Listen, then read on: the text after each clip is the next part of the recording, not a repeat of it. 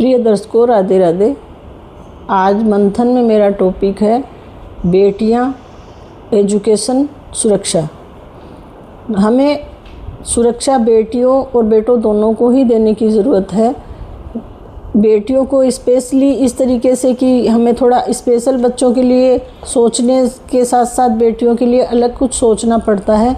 इसलिए बेटियों की जब सुरक्षा की बात आती है तो हमें ये पहले से ही सोचना पड़ेगा कि बच्चा जब फर्स्ट क्लास में आता है, पहली क्लास में आता है, तब बच्चा खेल कूद की बातें आपसे शेयर करे। इस तरीके का घर का माहौल और बच्चे के साथ ऐसी बॉन्डिंग रखें, चाहे वो बेटा है चाहे बेटी है, ऐसी बॉन्डिंग रखें कि बच्चा आपसे अपने बच्चों के साथ जो दोस्तों के साथ स्कूल में खेलता है, फ्रेंड सर्कल में खेलता है, जाता है, घूमता बैठता है, वो हर बात आपसे शेयर करे।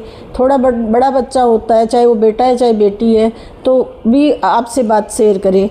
इसके बाद में बच्चे जब धीरे धीरे बड़ी क्लासों में आने लगते हैं तो एजुकेशन के साथ साथ लड़कियों के लिए कुछ चीज़ें ऐसी होती हैं जो माँ को ही बेटियाँ शेयर कर पाती हैं, अपने पापा और भाई से नहीं शेयर कर पाती हैं। तो आप इस चीज़ का विशेष ध्यान रखें कि हर छोटी छोटी बातें बच्चा आपसे शेयर करे, जिससे आपको एक बच्चे के मन में सुरक्षा का भाव तो रहेगा ही, और साथ में आप घर में और बच्चे के साथ इस तरीके का माहौल, फ्रेंड वाला माहौल रखें कि बच्चा जैसे अपने फ्रेंड से बात शेयर करता है वैसे आपसे शेयर करे। तो हम पेरेंट्स को ये समझना पड़ेगा कि हमारा बच्चा किसके साथ बैठ रहा है, किसके साथ खेल रहा कूद रहा है, किसके साथ घूम रहा है। तो ये चीज़ें हमें इस चीज़ से पता चलेगी। और घर में डर का माहौल बच्चे के साथ ना रखें, डांट डपट के रखेंगे बच्चे को तो बच्चा आपसे बात शेयर करना बंद कर देगा। और इसका खामियाजा ये होगा कि बच्चे किसके साथ जा रहे आ रहे हैं, कोई उसके साथ गलत हो रहा है, घर से बाहर बच्चा है, हमें कुछ भी नहीं पता होगा। और तो इसलिए हमें बच्चे के साथ फ्रेंड वाला माहौल रखना चाहिए, जिससे बच्चा हमारे साथ हर बात शेयर करे, चाहे वो बेटा है चाहे बेटी है। हाँ, कुछ सालों बाद में बच्चे जैसे जैसे बड़े होते हैं, एजुकेशन बच्चों की आगे बढ़ने लगती है, तो बच्चों को पेरेंट्स का पूछना थोड़ा इंटरफेरेंस लगता है।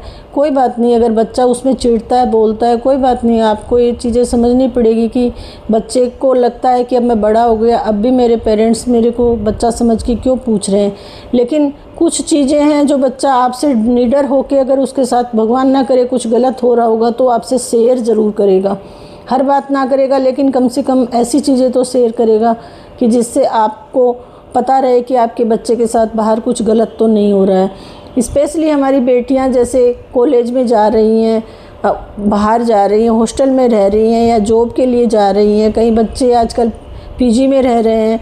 बच्चे के साथ किस तरीके का क्या माहौल है, क्या रह रहा है, किस तरीके से रह रहा है, खा रहा है, कुछ भी नहीं पता होता। लेकिन अगर फ्रेंड वाला माहौल रहेगा तो बच्चा आपसे ज़रूर शेयर करेगा।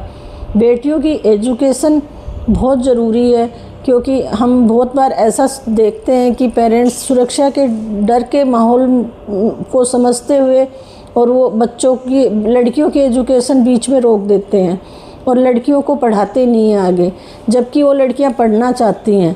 लेकिन ये ज़रूरी है कि लड़कियों की सुरक्षा के साथ साथ लड़कियों की एजुकेशन भी ज़रूरी है। अगर एक बेटी पढ़ती है तो एक घर तो शिक्षित होता ही है, एक समाज भी शिक्षित होता है।